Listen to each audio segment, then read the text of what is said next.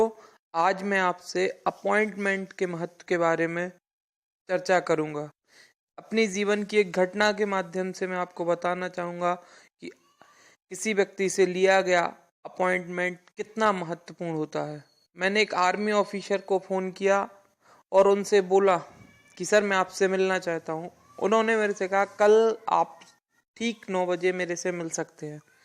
मैं अगले दिन जैसे ही उनके पास पहुंचा तो उन्होंने मेरे को देख के एक बात बोली कि शशांक जैन तुम 10 मिनट लेट हो। मैंने कहा सॉरी सर। बोले आज जब तुम अपने धंधे की बात करने आए हो जिसमें आपको कुछ कमीशन कुछ पैसा आपको मिलने वाला है, उस समय आप 10 मिनट लेट हो। भगवान ना करे यदि मेरे साथ कोई घटना घटती है और उस घटना में यदि जब मेरी क्लेम की बारी आएगी तो आप शायद आओ ही ना। तो मैंने उनसे कहा सर सॉरी, आप मेरे को अगले दिन का अपॉइंटमेंट दें, मैं आपको राइट टाइम पे आऊँगा।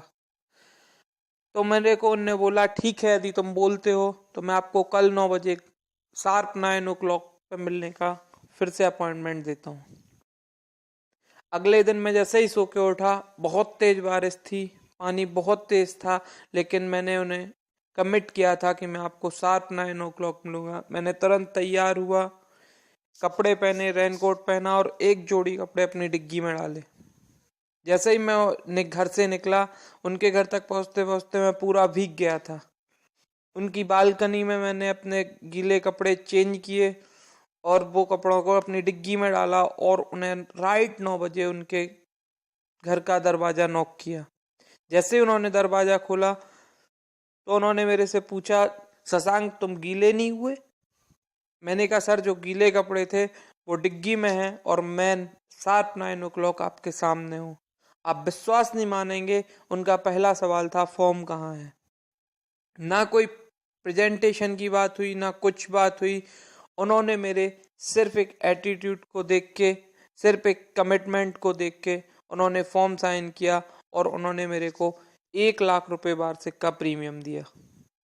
आप समझ सकते होंगे कि एक टाइम पे पहुंचने का, एक अपॉइंटमेंट का आपके जीवन में कितना महत्व हो सकता है और वो आपको कितनी सफलता दिला सकता है।